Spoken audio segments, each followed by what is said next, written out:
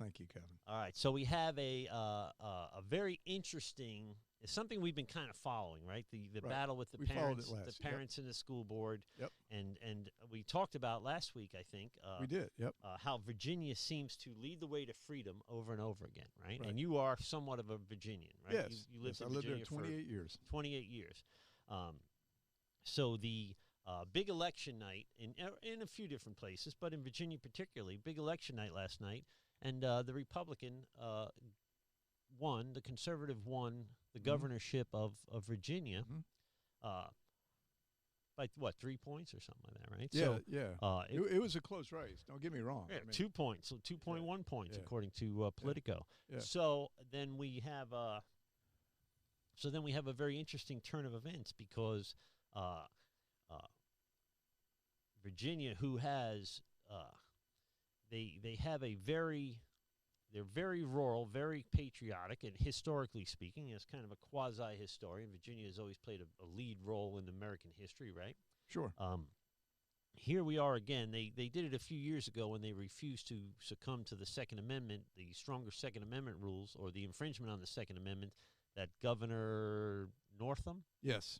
Yeah. came up with, and the counties rallied and crushed it, right? And then we have the school board thing in Loudoun County, and then big election, and we got a guy that said, we got in Terry McAuliffe, that the parents should not have any say in the kids' education, and, Right. and then Youngkin, a Republican, says we're going to cool our jets here with all this progressive stuff in Virginia, and we're going to be constitutional and honor God and things like that. So boom, Virginia responds, answers the call of freedom, and here we are again. What do you think of all that? Well, I think you're simplifying it. I think we really need to look at what happened. Okay. This is a revolution. Last week, and by the way, this is TCT number 50. This is our 50th episode. How exciting episode, is that? And we talked about it in 49. We talked about it, how the parents have woken up, and that if Virginia, all of a sudden the whole outlook in Virginia changed. It went from McAuliffe looking like he was just going to be able to walk through this, a walk in the park. I mean, he was so many points ahead of Youngkin. People didn't even like Youngkin. I mean, people kind of made fun of Youngkin because I don't know nothing about him, but he's a little annoying. Yeah, but they made fun of him because he was like the fathers knows best with a vest on. He's like the guy that ran against Obama, the Mormon. What was his name? That kind of milquetoast, boring guy, the billionaire, or millionaire, whatever he was. That's who he reminds me of. He reminds me of that guy. I can't remember his name, but so he is not a terribly exciting or dynamic. He's no Trump, right? And then we just said the T word, so now we're now we're stuck with it because but he comes in, and what he does is he sees what is wrong, and he listens to the constituents. Here's the Democrats' issue. We've said this 1,000 times. We've said it every single time I think we talk about what is good for me, is like, for me, don't you worry about it, or don't look, just because you're not going to get your Christmas gifts on time, don't worry about it. They continuously look down upon us. It's a different class now. It has become class warfare, and they're not listening to us, because if they were listening to us, they would understand that we are concerned about the high prices, the inflation, the gas, the shortage of things. It's causing a panic here. And then, of course, in Virginia, what you have happen, which I thought was just, listen, it's a God thing to me. You have a county that decides that they're going to cover up a sexual assault on a girl. They're going to cover up that they're teaching critical race theory, because the parents started looking at this and was like, whoa, wait a minute here. Here you've got a neighborhood that is a mixed neighborhood. And little Johnny comes home and says, I can't play with my buddy Anthony anymore because they tell me that I'm racist, and I'm the reason for all of his problems. And Anthony can't play with little Johnny anymore because he's oppressed. And they've been playing together since they were infants. Now they can't. And the teacher started to pay attention. If there's one good thing about COVID, this started back in COVID days. If there's one good thing about COVID, the parents started to pay attention to what was being taught, because it was online. So those that had to stay home with their children started watching what was going on online. School systems were contacting parents and saying, stop watching us. This isn't for you. This is for your students. And parents were like, no, you're teaching and we garbage. kind of had that here Yes. with the gym teacher, that the coach. Remember Right. the coach that got Yeah. suspended or transferred or something because he would not monitor women, female girls' locker room. Yeah. Yeah. They wanted them to stay in there and make sure the boys stay Yeah. away from the girls in Yeah. the shower. Because they were going to allow. They were going gender to males gender, to shower. male gender, after and so gym. they said, "Yeah, you got to stand in there and make sure nothing happens." And he's like, no, I'm not No, watching yeah, kids shower. Yeah. And then of course, So we have. Let me put the graphic on the board from Politico. I don't know if this is a copyright infringement, but we're not playing any audio or video. So Youngkin, 50.7%, and Terry McAuliffe, 48.6%. So it's 1.1%. It looks like to be, what would you say, 67,000 votes roughly. That's a pretty close. That's close, but not very close for a governorship, right? 60,000 for governorship. It's a fair spread. Every vote counts. See, this is the difference between what goes on with electoral votes and what goes on with a governor. A presidential vote is electoral, that the states take. They count. Here, it's every vote counts. There's something very important here, though, that you need to look at too. The Virginia lieutenant governor results. She is a black female. Yeah, and now think about I'll put that on the screen too, because that was less than a point, right? Yeah, and let's talk about that just for a second. Well, that was 1.4%. Let's talk about that just for a second. She's a Christian black conservative. Ex-Marine too. Ex-Marine. And by the way, she wasn't born here. She was an Jamaican immigrant. How did she win? Because she wants to unify people instead of dividing people. She came on today. First thing that she did was she thanked God for what had happened. She thanked God for what had happened. She goes, this is a God thing, And here, when you listen to her, she said, I am tired of how Washington wants to divide us. And that's what was going on with Terry McAuliffe. He was wanting to, this is the Democrat game plan. Let's divide and let's get everybody fighting each other in the middle, and then we'll just kind of like do what we want to do. It just like you used to say, you've said it before, don't look over here what's going on. Pay attention to what's over here, because what's happening over here is where people, when they wake up and see this, they go, what the heck happened just there? Yeah. And there's a lot of people that think this race probably would not have been as close toward the end because there was such an uptick for Youngkin. There was such all of a sudden. I think the school board thing, that which just happened, I think that changed things. I think that woke people up. So that may be an act of God, right? Yeah, you had these people that had already pre-voted that now were saying, wait a minute. See, this is what's wrong with, voting early. Voting early. Because something can happen halfway through it, and all of a sudden you go, what the heck did I vote for? And so they're saying that it might even been a little bit different. Yeah, and I'm sitting here watching the news right now. I've got it on my screen, and we've got a New Jersey race that's going on, which is almost tied. Well, he's in the lead right now. Yeah, but it was in the lead. I had that one on here too. Let me see. So I mean, it's all. Listen, people have woke up. The revolution is starting. I know that we didn't say we weren't going to say. All right, here's the New York Times numbers on the New Jersey thing. It is a dead heat. It is 1,200. It's about roughly 1,200. Right. It's a dead heat. Yeah, it's amazing. Yeah. So it's 49.6 compared to 49.65.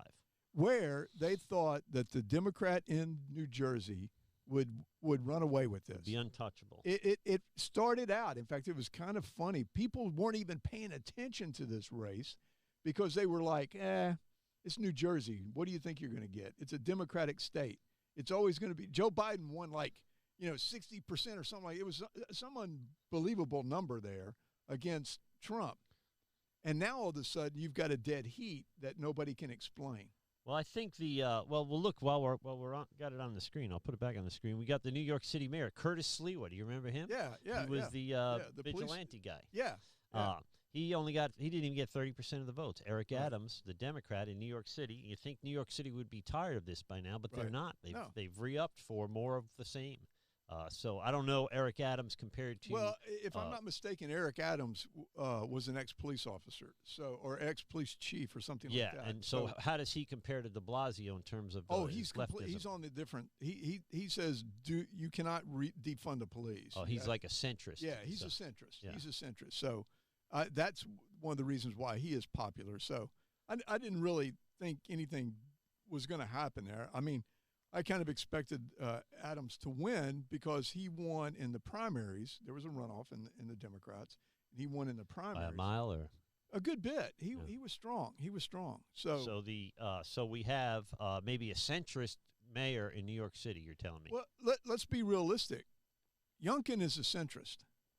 Youngkin, look, he didn't ask Trump to come in and help him. Yeah. He's a centrist. And they tried to tether him to Trump as much as they could. They tried, yeah. But Biden showed up for McAuliffe, and Obama showed up for McAuliffe, and it didn't work. Two things happened on that. One was that Obama shows up and says that these issues that people are having are made up. Yeah. They've talked about the sexual assault like it's real, but it was like he was referring to everything was made up. And at the time that he was saying it was actually happening. It was being uncovered, yeah. Well, no. The kid was admitting to it in court as he was doing this. Yeah. And then also it's always the Trump dog whistle. Let's look. The Charlottes thing. Let's talk about Charlottesville. Charlottesville? They have these guys show up looking like white supremacists with tiki torches at a Youngkin it turned out not and to it be. turned out that they were part of the DNC. Yeah, and then and they also had a guy with a Confederate flag vest on, and they tried to tie him to racism. I guess. Yeah. Well, here's some interesting things. Now, here's a question I have for you, Jim. Did the playing of the race card fail in this election? In other words, are Americans, African Americans, and everyone involved, are they tired of the race card? Have they played the race card so often in every situation that it loses its power, it loses its value? Because nobody likes racism, including white people, by the way. Right. But if you call everybody a racist, eventually it loses its sting, right? And have they not? Do you think they overplayed it, and now nobody? Now when we do see real racism, are we going to recognize? Or are we going to dismiss it as just another time that they're crying wolf? I think that's dangerous. I don't think racism is dead yet. No. Okay, but what I think people are seeing is reverse racism. Yeah. Clearly, critical race theory is racist. Critical race theory is racist. It has, by definition. But, it is. And here's the thing that I don't think people who, if you do not know what critical race theory is, please go out and pull it up and look at it, because it bases its studies on false. The whole thing behind it is a false narrative. It's somebody's opinion, but yet tries to make it like it's truly what's going on in this country. And the goal of it is to divide, even within the church, by the way, is to divide us into different demographics that are for some reason at war with each other, even within the church. Yeah, I know. So if the world wants that and embraces that, let it. But the church cannot embrace that kind of thinking. It's anti-gospel. It's anti-gospel. It's just. Gosh, somebody said something last night. I was listening, and he said racism is a sin and an insult to God. Yeah. And I thought that was very apropos for what is going on out here in the world. The Virginia group, who has been Democrat for a long time, I think, in my personal opinion, this is why. Because you get up into the Northern Virginia area that's working in Washington, D.C. Yeah, the Beltway people. And that's where most of the Virginia population is, or half of it. Like, most of them live up in that Northeast. Exactly. Well, yeah, they do. They can't afford to live in D.C., so they live out in Virginia. Yeah. When I was living my 18 months that I lived in and worked in D.C., I lived in Virginia. I couldn't afford living in the D.C. area. But I truly feel I'm kind of going to go out on a limb here that the ones that lived in Northern Virginia would vote Democratic because they're the ones that get the deals that we as normal guys, you and I, look at and go, well, what the heck just happened? You know, when you give $450,000 to each illegal immigrant because they were separated from their children, that is a Washington, D.C. deal. And guess what? Somewhere in the Beltway is an organization that's looking at this going, we're going to get, the ACLU is going to get half of that. So that's why they're pushing it. Yeah. It's not to take care. They may get, 2/3 of it because they're the ones that are the attorneys fighting for it. And so there's so many deals. I'm telling you. Well, that's maybe a different show, but that is that may be the strangest announcement I've ever heard. That they would up to $1 million a family. By the way, there's a cap on it, but it's $1 million a family. So that is the truth. At this, that would be great if we were a nation of millionaires, right? But we're a nation struggling right now. Yeah. Our military gets $400,000 if they die in the line of duty. Yeah. The family does, and you're going to give each parent that's been, emotionally, disturbed here, because they were separated from their kids, $450,000. You're close to $1 million. You kind of shouldn't have committed a crime with your kid, except that we also, as a country, make it very attractive to break that law. Sure we do. Right? We look the other way. We do right now. Yeah, we've always looked the other way. We do right now. We benefit from immigration as a country, but we should still be holding to legal immigration. It wasn't long ago, by the way, everybody was against illegal immigration and building a wall. It wasn't until Trump said it and made it the cornerstone of his campaign that it became an issue. So let me ask you another question, and here we'll go straight for the conspiracy theory. You with me? I'm ready. Terry McAuliffe did not concede. Oh, he hasn't yet? No, he hasn't conceded. What do you think that means? Do you think, I wonder or I fear that they are going to miraculously find 100,000 votes that they accidentally didn't count, and now they're gonna count them, and now the Democrat wins. I think conspiracy theory wise, it's striking to me that they, and my thoughts on it, that Republicans can win an election is hard to believe. In a national or important election, I think they definitely cheated in 2020, and I think there's no one holding them to account for that except for the people of Virginia, maybe. But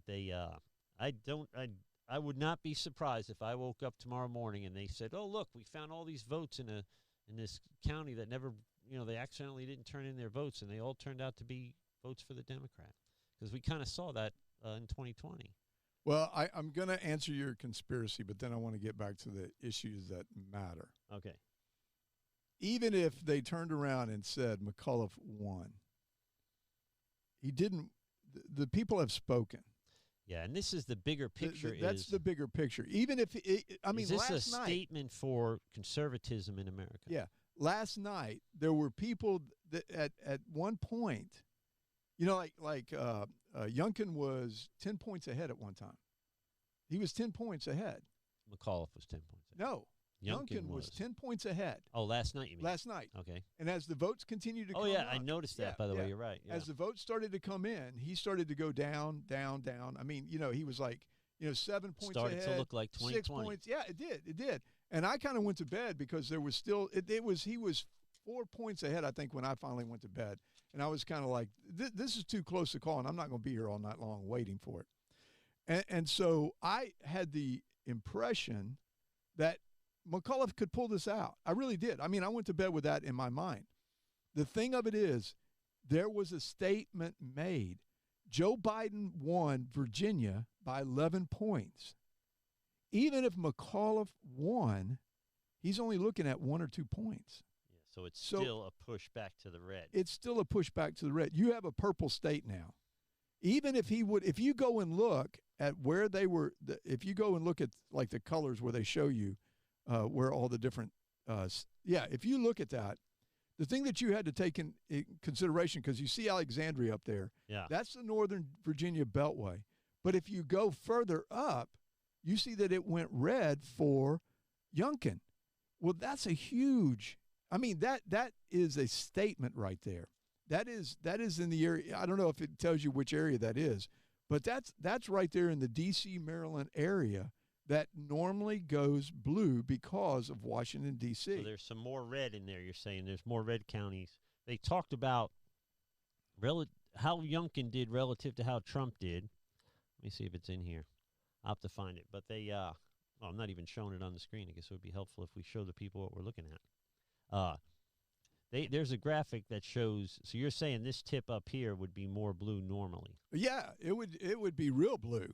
Okay, so if you hover over it, it shows you right there. He took 69% out of that. That's Frederick County.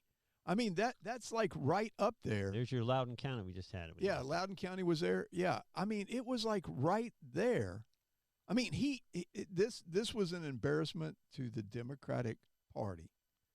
Even if all of a sudden it turns around, like you said, they find so many thousand votes and they turn it around. So Loudoun County, even after all that, went blue.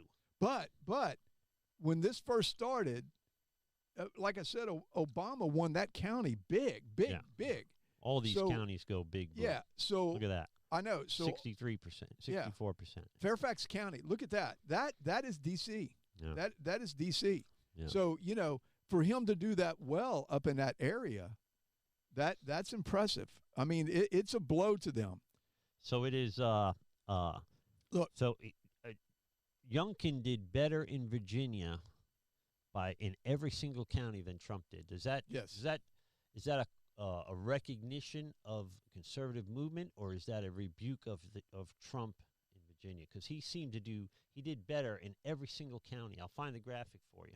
Well, we're going to continue. I kind of hate to compare this to Trump, and the reason why I say this, I look. If Trump would not have tweeted, if Trump had not had insulted so many people, thin-skinned people, Trump would probably have been more likable of a person. Okay. I want to say this the right way. It would have been. He made it very easy for the left. Let us look at November last year and November this year. Okay, COVID was still here, but our economy and our unemployment was still better than it had been in a long time. Yeah. Look at it now. Let's go back to last year during this time frame. When you say last year, you mean pre-COVID? No, I'm talking about during COVID. Yeah, during COVID, November 2020. Yeah, 2020. Time of the election. Everything in this country was going the right way. Look. Oh, yeah. Biden inherited. He missed a slam dunk. He missed an open net goal in hockey. So he had every opportunity to just not screw it up. He did. And he could have walked in the door and said, "We're going to leave things as is," and just pretend it was all him. Yeah, which is what a politician would do. Look, he could have. He said, "Listen, we're going to continue this. I just want to let you know I'm going to put my flavor on it." Let's say this. Let's say, "Listen, I'm going to let the pipeline still continue, and I'm going to keep us energy independent like we are right now. But I still want to push the Green Deal." Who would have had a problem with that? Yeah. Nobody would have. I wouldn't have had a problem with that. I finally rode my first Tesla. It was pretty cool. It was neat. But am I going to go out and buy one right now? No, I'm not. It still hasn't proven itself to me. Right. Will I buy one in the future? There's a possibility. But the thing of it is, Biden walked in the door and shut down everything. Look at the border. And this, to me, is a bigger part of the picture in this right here. And he was pushing critical race theory. He was pushing it. And when the parents in Virginia said, look, this is something that concerns, it wasn't just critical race theory.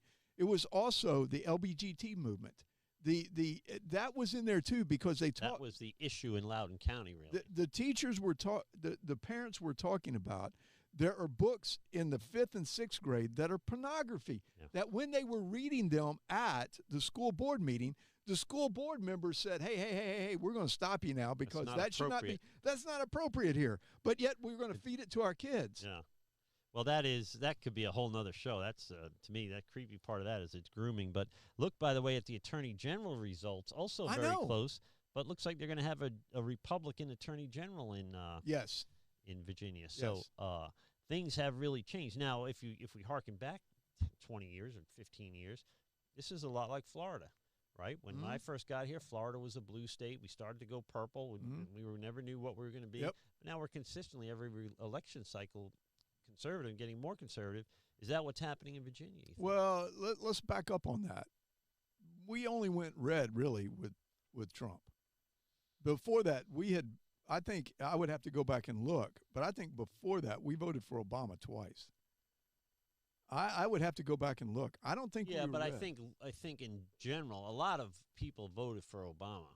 I mean, at least the first time, particularly, because it was the hope and change of racism finally being dead. It didn't turn out that way, but I almost voted for him. If it wasn't for Reverend Wright and the fundamentally transforming America, I didn't know what that meant, and I didn't like what it sounded like.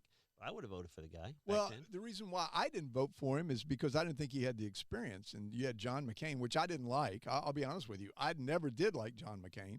But you had John McCain, who had more experience in government and had done a lot more running. I thought he would be a better candidate because of he was known for going across the aisle and making deals with Democrats. Yeah. He was very centrist. And I got to admit, that's kind of where I would be. Yeah. If I was in politics, I'd be in the middle. I mean, but a lot of people on the left don't like us, and a lot of people on the right don't like us. I think if you're solution oriented, you almost have to be in the Senate. Let's go down some list of things that he did. McAuliffe did that to me was just like he wasn't listening to anybody. He was listening to D.C. He was listening to D.C. on everything. Because one of the first things he talked about, and this was the teachers union. We have to understand this. This is the teachers union where he came out and said, I don't think parents should be telling schools what they should teach. Now, that's just living right up to the teachers union. People were already upset with teachers unions because they were not going to come back and start teaching in school. They didn't want to. They fought that. They fought that. They fought that. They wrote a letter to the CDC. The CDC came out with guidelines that had pieces and parts. You see how powerful that teachers union is. Yeah, so they had pieces and parts in there. So, and then they kind of looked at the parents and said, oh, you really don't know what's going on. You just need to trust us. And then critical race theory came out, and it was an issue where parents were seeing differences in their kids. They talked about it. That's what the parents got up and talked about it. Then you had Loudoun County where they tried to hide it, and it just all of a sudden started to explode on parents. The timing was supernatural, maybe. One year we had the Tea Party. The next time we have Christian Republicans or Christian conservatives, and now you got Mama Bear and Papa Bear that have started this movement here. Because parents want the best for their kids. And what do we teach in our country? What are we teaching our kids? That we're a racist country. I mean, even now, we go to China China or Russia to have them look at our country to tell us whether we're racist or not. Are you out of your mind? So we're going to go to the UN to solve our problems. Yeah. I would say that would be a disaster. So then it kept going. I mean, it kept going. And really, there were so many other things, the mask in schools. I mean, all these different things that were just tearing parents apart, that they're seeing how bad it is affecting their children. And this is what kills me. The president of the American Federation of Teachers, Randy Weingartner, was at McAuliffe's last speech before the election. So he was like throwing the gauntlet down saying, a vote for me is a vote for the teachers union. And that just okay, let's continue on with this. They write a letter to the White House saying that these parents are terrorists, domestic terrorists, and they need to be investigated. Do you see how they turned on normal people? They truly turned on normal people, and normal people started to see this. I don't watch this show. I mean, and it's kind of funny because every time I see it, brought up and mentioned, it just cracks me up because Joy Reid, who is a CNN news person, education is a code for white parents don't like the idea of teaching about race. What? It's just crazy. It's nuts. But the parents, middle income, hardworking people had to make a lot of look. Businesses were lost in these people's lives. Businesses were lost. Family members lost. All these things like this. COVID was real to them, very real to them, very real to this state right here. It really was. And all of a sudden, now you want to cram everything else down our throat? And they said, no, you know what? We're tired of the divisionists. As I said, the lieutenant governor got on and said, as a black person, I'm tired of the division. Yeah. We need to work together.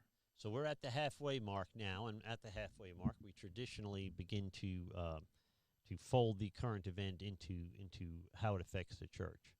We've seen, by the way, the division in the church, divided by LGBTQ or critical race theory, or I mean, not like the church needed any more division, right? There's 9,000 denominations, but what should the average Christian see from this? What should they glean from this moving forward? Does this mean that racism's dead? Does this mean that that the church that Christian conservatives have become more unified? I struggle to see the fruit that this could bear, and I suspect, by the way, I'll predict it right now, a tremendous pushback from the left. So they are backed into a corner. They back themselves in there, but they don't look at it that way.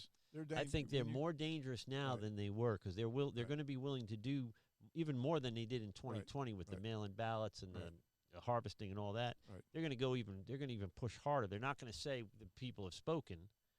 So how then should Christians be preparing moving forward, putting God and love first, yet standing their ground on their faith and their beliefs? Well, listen, if you don't think that critical race theory is a sin, the theology behind critical race theory is so anti-Christian,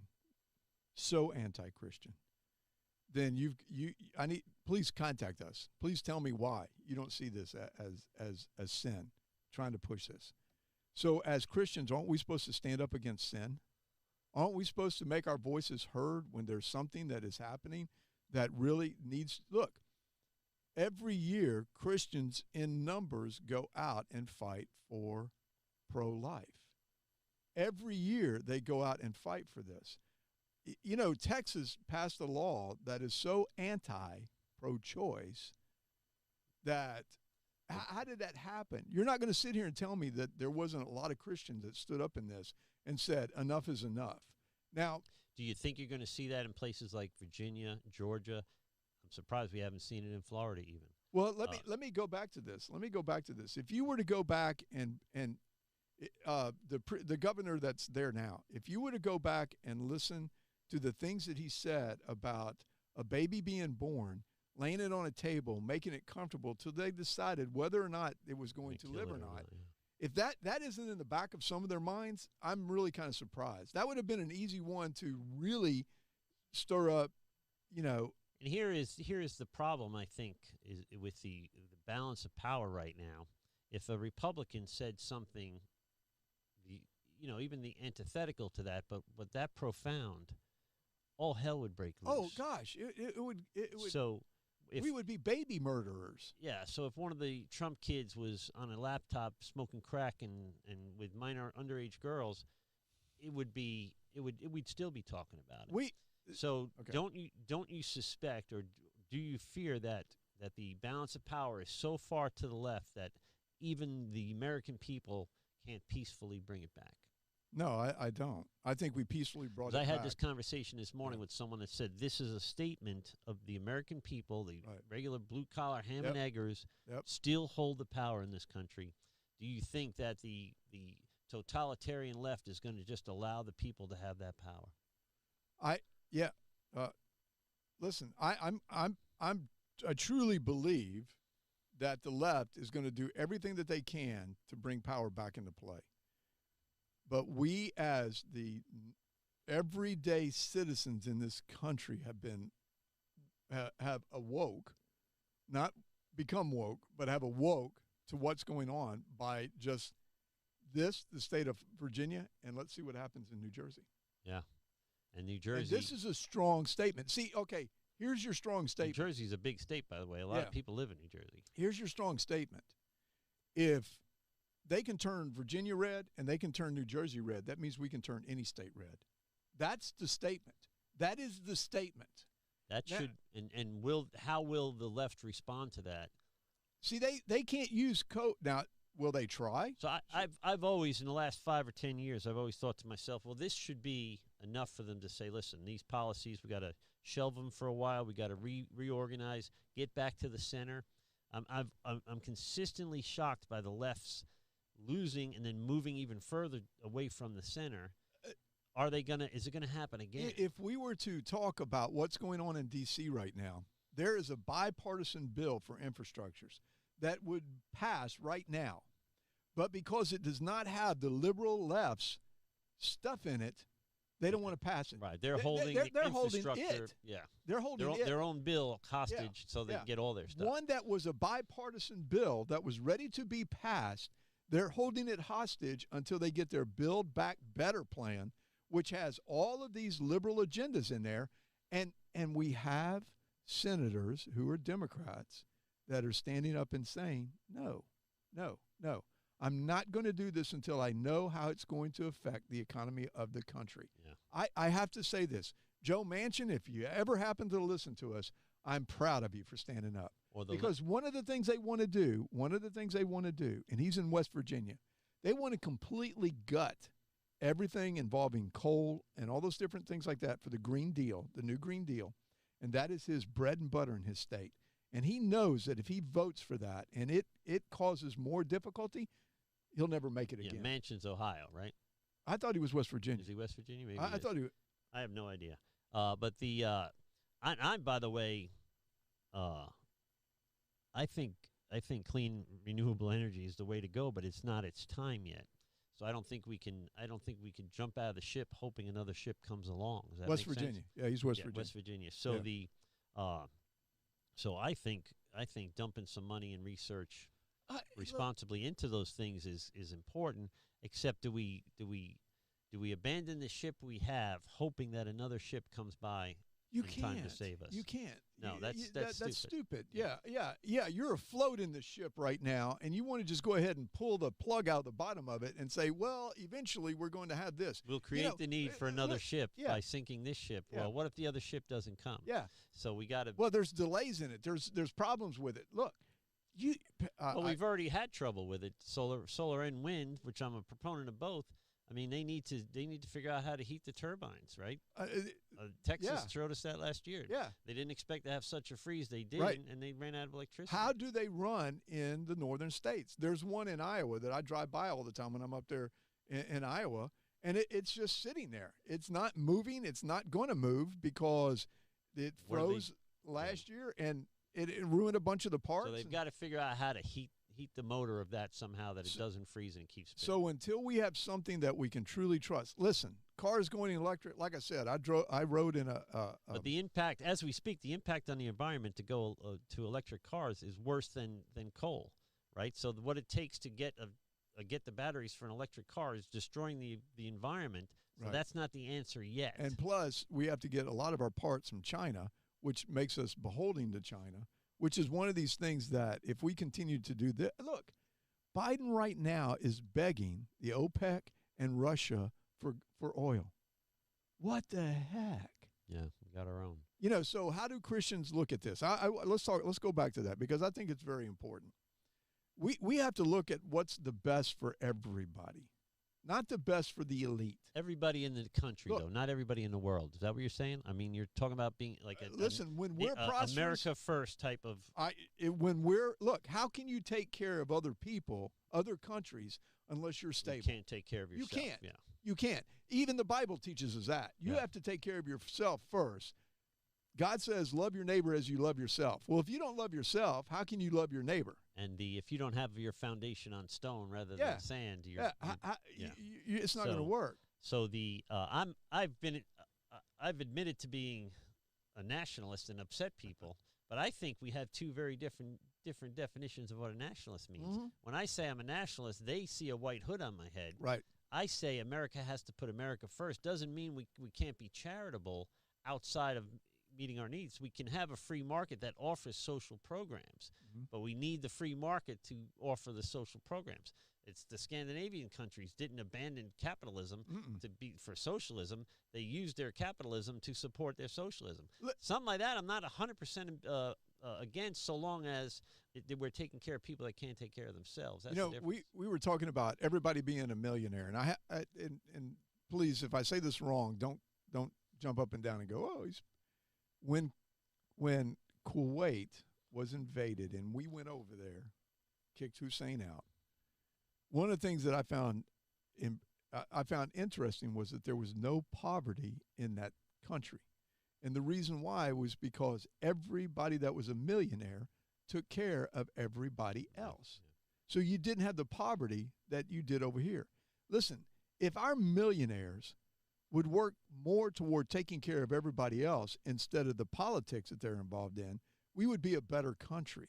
And I'll be honest with you, I feel like that if the millionaires took care of the people in this country, that God would bless them and they would be even more prosperous. I absolutely agree with that. And so, look, we have when you say nationalist, there's some truth to that. And the truth is there is the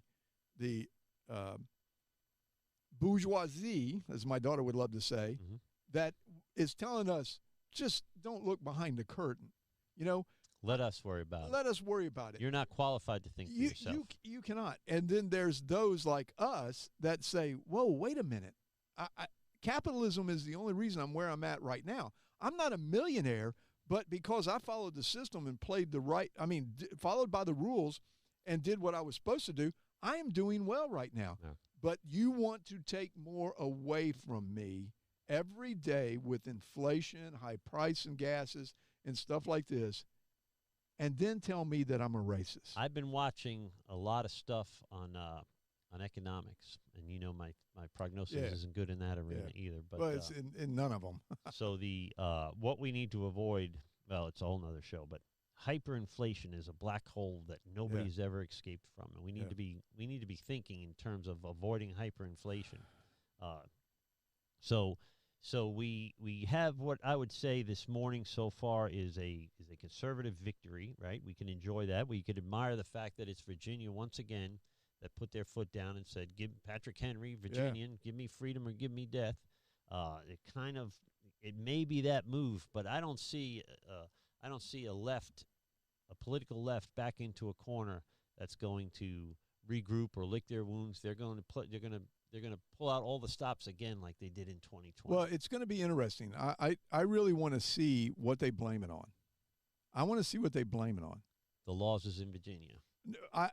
Because listen, if you come up and tell the Democrats that they didn't do their job, because I think that the normal people like you and I that are with the Democratic Party, which I do not understand why they would be with a party that wants to divide the country. No. Except if that's their philosophy, then there's not a lot of hope that we can do this. But you at one time was a Democrat. You talk about that. But then you saw how the Republicans were wanting to help the country and not hurt the country. And that's where you started to make the switch. If those that are on the fence right now, they've been doing it for years. Here's your biblical study, okay? Here's your biblical thing. Okay. The Jewish nation had been living under laws for thousands. I don't want to say that. Help me out here. So many years before Christ showed up. Okay? Christ shows up and says, forget everything you've ever learned before and just follow me.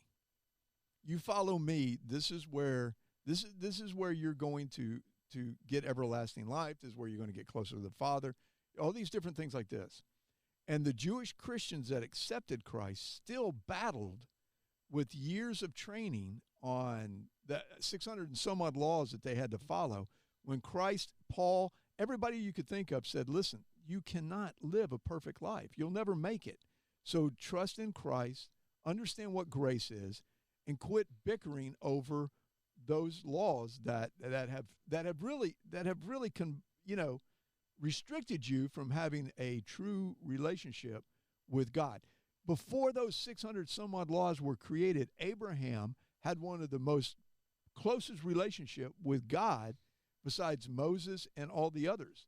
So I know that there's Democrats out here that have been Democrats all their life and think that the Democrats think about them and want to help them and all these things like this. People, if I can tell you, they do not give one penny of concern about you at all. It is all about lining their pockets however they want to, however they can, and putting you under an oppressed state instead of freedom. Christ teaches freedom. And we as Christians need to understand what freedom is all about. And freedom in this country is a God-given thing and not a political thing. Right. So until we can, listen, this is a wake-up call. This is a wake-up call. Find something that you can grab a hold of that helps other people. Let's be realistic about this. Tell me where $1 million to illegal aliens helps the public. Tell me where that helps the public. If we pay that bill, this country is totally lost. Tell me, listen, we are a country of immigrants. If we go back and check, we can find all the way through this, none of us. My family. Yeah, none of us I'm were. a first generation. Yeah, none of us were truly born here. If we go down and look at our heritage, we're going to find that we came from someplace else. We're all immigrants in this country. You know, it's one of these things that if we're not helping each other, how do we help each other? We band together. We stick together. We fight tyranny. We talked about tyranny. The tyranny's going on right now with the Democratic Party. There's infighting in the Democratic Party. Why? Because they want more power, more power, more power. They don't agree, it seems, not enough percentage-wise of the Democrats want to go as far left as the extreme wants to go. So in that, by the way, there's hope. So there are still those classical liberal Kennedy Democrats out there, like I used to be. I think I think the thing that tipped the scale for me was the idea that is America mostly good or mostly evil? In other words, are we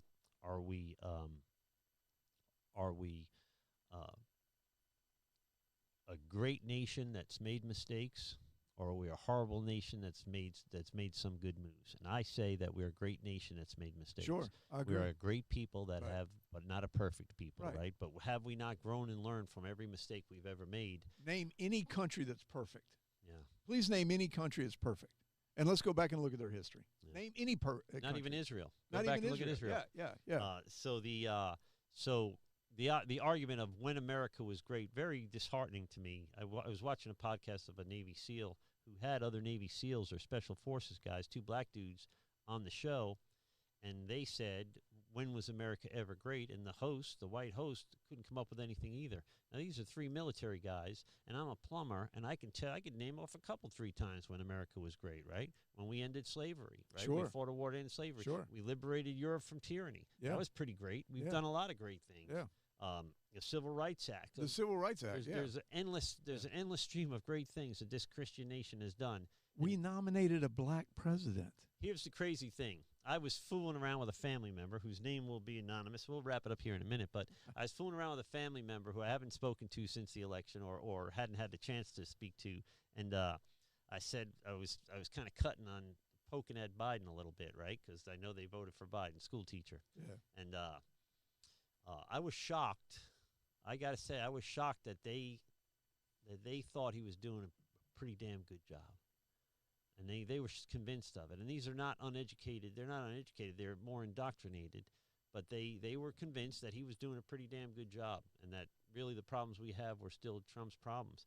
And that is strange to me, bro, that you can't look at it on its surface and say Trump was this, Biden was that, Bush was this, Clinton was this, and Biden is this, and take the good with the bad, sort of, but to say that one is all evil and one is all good and not have, I mean, it's creepy to me. It's spiritual. Well, I if you read what the exit polls, and then I was like, where did these exit polls? And of course, I go to look for it, and all I get is CNN, and I'm not going there. I'm not going there. and I kind of hate to go. I would just like to find somebody that is a nonpartisan in this discussion. But I was looking for the exit polls because a large majority of the people in this country say that we're going the wrong way, and I'm trying to, I was going to see if I could find them. Well, at the end of the day, I think we really need to get back to, and what I kind of drill into my kids is the discipline of how to think over what to think, because I think we're making a mistake by thinking that the schools have to address the issue of racism anyway. Right. The only reason the school has to do that is because the church has been obliterated, and in a lot of cases failing to do it. Right. But I'll take care of that as the parent. Yep. So we've created an environment where the parents are so overwhelmed, so busy, out of a matter of convenience. We rely on the so-called experts to raise our children, society to raise our children for us, and then we're shocked when we don't like the way they're raising them. I don't think society should be raising our kids in the first place. Right. I think that's where the church needs to put the brakes on and say, listen, we'll take care of this. You teach them the ABCs and the 1, 2, 3s, and we'll take care of the rest. It's none of the school's business how we raise our kids. That's how strongly I feel about it. I think the states should, you know my theory, and I'm the more I think about it, the more I like it. Let there be no federal income tax. Let the states collect income tax and pay up to the federal government. Now the federal government is beholden to the states rather than the states being beholden to the government, and we have 50 chances to get it right. Right? Okay. Breaking news. You heard it here first. McAuliffe concedes in Virginia's governor race. Congratulates Youngkin. That's a relief. I didn't think that was going to happen. Breaking news right now. I thought that would end up being, look, we found 100,000 votes that we didn't know. They may still. He may concede, and they do that. And they say, well, now we got to retract that concession. But I find it hard to believe that 17 minutes ago. I've pretty much lost all faith in our republic, haven't I? Well, listen. I'm too cynical. No. Be honest with me, Jim. Don't spare my feelings. I've become cynical. I know, but when we become cynical, we start to fight back. That's true. That might be the thing to be. You know, a lot of us like to sit on the sideline and watch what's going on and not get involved. And then, like you said, you just gave a good analogy on that. I want to teach my kid about race. Yeah. Because I don't look at race. I can't. It just blows my mind that we in a country today where we've gone through so much that they're still trying to push the race ticket. You know, I listening to one of these ladies, I want to say it was the lieutenant governor that said it. You get into an argument with somebody and they start to lose. And McAuliffe did the same thing. So did Obama. They made it a race issue. And when they start to lose the argument, they can't have a conversation. They go emotional. They go emotional, and then it's a racist thing. Okay, Joe Manchin, speaking of him, because he voted against the Build Back Better bill. What's her name? Oh, gosh, I can't think of her name. Christy Cimarron or something? No. The black, the one that was talking about that she has to have bodyguards. Yeah. You know who I'm talking about? Yeah, I don't know her name. I forget her name, but I know who I remember the interview. She came out and said that Joe Manchin was anti-black, anti-LGBT, anti-immigrant, and all these things like this because he decided he didn't want to vote for this bill until they showed him everything as far as what it was going to cost this country. Here's a person that is concerned about what it's going to cost this country, who's being responsible. And has a pretty good idea of what's in there. Yeah. And so does she. Her response is, the first thing she said was he's anti-white, anti-black. I think that argument, this thing in Virginia shows us that race card has been overplayed and it's lost its power. It's been overplayed. I think my argument that we can't just allow one side to define the terms, not that anybody really listens to me or this show, but I think that's what they're thinking. They're saying, listen, if we cannot be moving the goalposts. We can't change definitions every day just Corey so Bush. it suits so it suits our argument better. We have to establish some definitions that both sides speak into if we're ever going to make progress. And that probably is the root of my cynicism is that hopefully this Virginia thing is the beginning of that. Well, listen, guys. I'm hoping for a revival. Yeah. I'm praying for a revival. If I was going to offer Virginia is it. Yeah. Maybe it starts there. This could be the beginning. Historically, Virginia seems to be the people, right? Let's so pray Virginians should be very proud today. Yes, they should. So in closing, I would say this, guys. Don't be afraid to question things. Don't be afraid to test the spirits in every case, inside and outside of the church, by the way. I'm more afraid of people that don't question things right. than people that do. Right. So if you are outraged every time somebody questions your faith, or every time somebody questions your doctrine, or every time somebody questions your politics, you might be part of the problem. Right.